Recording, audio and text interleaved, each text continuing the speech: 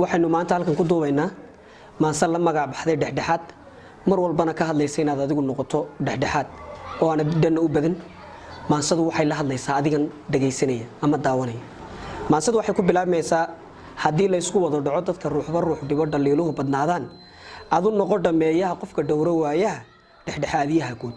hadii la isdhagraayo dhagxantiyo colaadiyo dhiig joogti daatiyo dhamaaneen xumaatadu dhibku waartamood yahay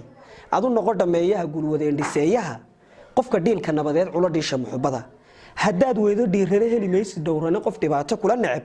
dhamaysa aadmi kaamila qofba qayb yar baa dhiman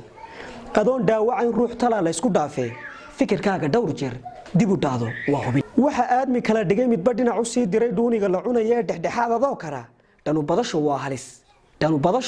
waa halis isha nacab ku dheefsado intaad dhiiran tahay eed xooga dhalinta leedahay oday dhowr da' kaa weyn